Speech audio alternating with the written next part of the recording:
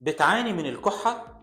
طيب خد بالك، أدوية الكحة ليست نوعًا واحدًا، وفي الفيديو ده هنتعرف على أهم أدوية الكحة والسعال. هنتعرف على النوع الأول، الأدوية اللي بتحتوي على موسعات الشعب مع طارد البلغم. النوع الثاني، أدوية بتحتوي على موسع للشعب مع مذيب البلغم. النوع الثالث بتحتوي على موسع للشعب مع مذيب وطارد للبلغم. النوع الرابع بتحتوي على مهدئ للكحة مع طارد للبلغم. النوع الخامس بتحتوي على ميكس الأعشاب.